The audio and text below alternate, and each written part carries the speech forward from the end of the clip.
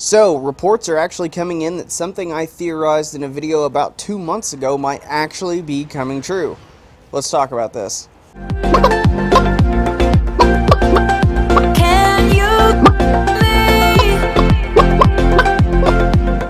So it looks like Microsoft and Nintendo might actually be working together on a pretty sweet partnership.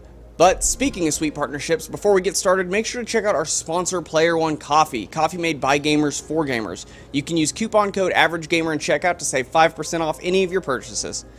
But moving on. As some of my viewers may know, a few months ago I actually made a video, and I made it as a complete joke because what Xbox had announced their next project codename was, being codenamed Scarlet, and the Scarlet actually being the exact same color code that the Nintendo logo is. So I made this whole video theorizing about a partnership between Microsoft and Nintendo, and I did it as a joke. I didn't do it as anything actually serious. It was just a slow news week, and I thought it would be a funny way to kind of go into E3 and talk about that a little bit. But now it actually comes out that it may actually be happening. According to Direct Feed Games, which have been actually really on point when it comes to Nintendo rumors, they have actually heard rumors rumbling around that Xbox Live and Xbox Game Pass is going to be coming to the Nintendo Switch via Microsoft's new xCloud service that Microsoft teased last year. So we know Microsoft's been working on this xCloud service since before the Xbox One even launched. We've seen other games and other companies do this and try to go the cloud gaming route. There are some limitations, which I will get to here in a little while, and there are some issues, but we are getting a little bit closer to this actually being a possibility. And with the idea that Xbox Live and Xbox Game Pass games are going to be coming to the Nintendo Switch, I think this is actually really awesome. Now, so far, we've already had two different games. We've had Minecraft and we've had Hellblade: Senua's Sacrifice coming to the Nintendo Switch. Those are both Microsoft-owned IPs now, so it's not surprising that we're seeing more and more things and rumors coming about that Microsoft and Switch are going to be, or Nintendo are going to be working together to get Xbox games on the Switch. I would also like to see, hopefully, this go vice versa and us get some Nintendo games on the Xbox. I think that would be really good. As I discussed in my video when I was theorizing all this, though, I think this is great. I think with what Microsoft has been doing, and a lot of people will hate on it, but what they've been doing has been really smart.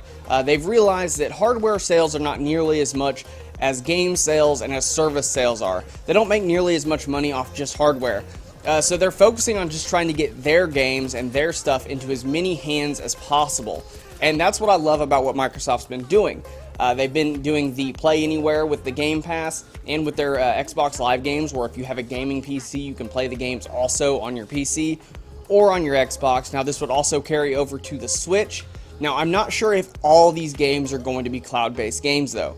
And I'm not really sure that they need to be. I don't think that they actually have to all be cloud-based games. I'm pretty sure most of them will end up being, at least some of the higher-end games will have to be cloud-based. But games like Sea of Thieves, Crackdown 3, I don't see anything with Crackdown 3 that I think the Switch couldn't handle if they lowered textures and just lowered the graphics a little bit.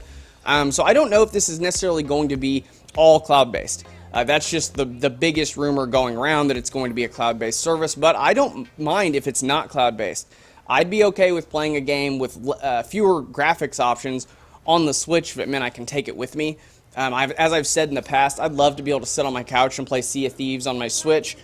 We know that Nintendo actually owned Rare at one point in time before Microsoft bought them, so it would also be really cool to finally see some of those Rare titles come back to Switch.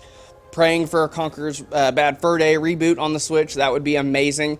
But yeah, this is huge. This is really good for the industry. This is really good for consumers because the Switch, when compared to an Xbox, or at least an Xbox One X, is a little bit more affordable, and it's portable. You can take it around with you. You can go places with it. You can sit on your couch if your kids are on the TV or your wife's on the TV and you want to play a game. Or if your parents are on the TV and you want to play, you can play on your Switch. Take it to your room. I know my son, he likes to grab the Switch and run all around the house with it, playing games whenever people are being too loud. So this is actually huge. It's a pretty big deal because we've not really seen a partnership like this between two companies that make their own consoles. We've not seen anything like this, but it makes sense. It really does when you think about it, because the Switch for the most part is a portable console. Yes, you can hook it up to the TV and play on your TV, but for the most part it's the gaming on the go, and that's what really is going for it, because Back before smartphones were really a thing, the biggest thing Nintendo sold were the Game Boys, the Game Boy Colors, and the Game Boy Advances. And now they're getting back into that again with the Switch. We thought mobile gaming, for the most part, had died off with the PlayStation Vita and the PSP not really being as commercially successful as we thought they would be. And that was mostly because of the fact the smartphones were out and people didn't need a portable gaming console. So for the most part, for the longest time, people thought that market was pretty much dead. Then the Switch showed up and just like, guess what? It's not dead. It's still here, and it's a driving force in the market now, with the Switch being one of the most popular consoles of all time, especially from Nintendo. In recent years, I think it's the best-selling console since the Wii. The Wii U tanked. The GameCube didn't do very good, so the Switch is pretty much Nintendo's powerhouse right now. And to get games possibly coming to it like Halo, Sea of Thieves, there's all kinds of games on Game Pass that will be coming to this thing. Dead Rising 4, Dead Rising 3, Gears of War. I mean, there's, I think, like, 250, 300 games on the Game Pass market, at least. So this is actually huge, and it means a lot. And it's also going to push Sony a little bit harder, because Sony, for the most part, has been dominating the hardware sales year after year since PlayStation 4's release. Only a few times for like a month or so has Xbox ever pulled ahead. Meanwhile, Xbox has always been selling more games and services than Sony does, other than the few months when a good exclusive comes out on the PlayStation 4.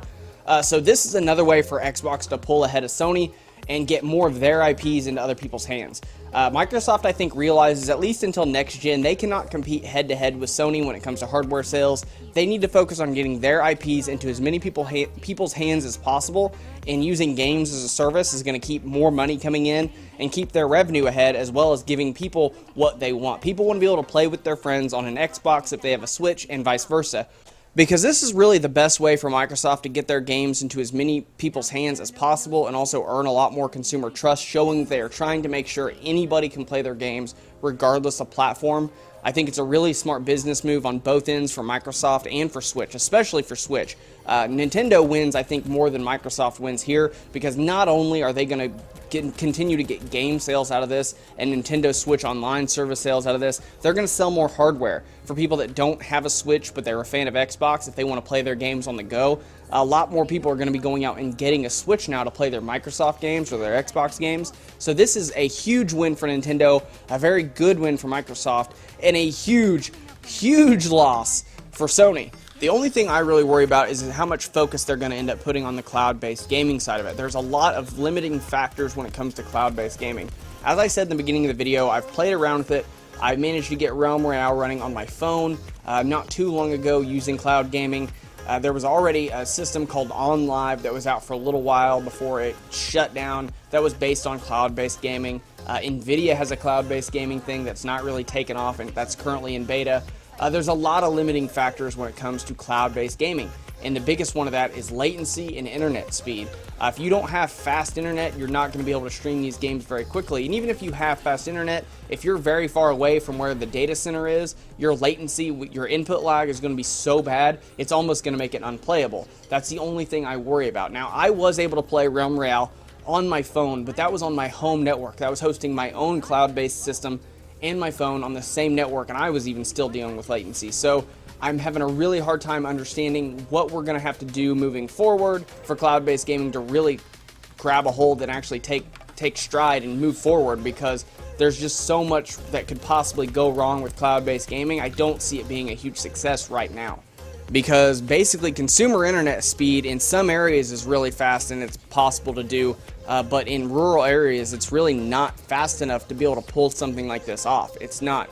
I live in Indiana, and there's just no way that unless I fork out about $500 a month that I'm even going to have internet to even remotely be able to play cloud-based gaming outside of a cloud-based server in my own home.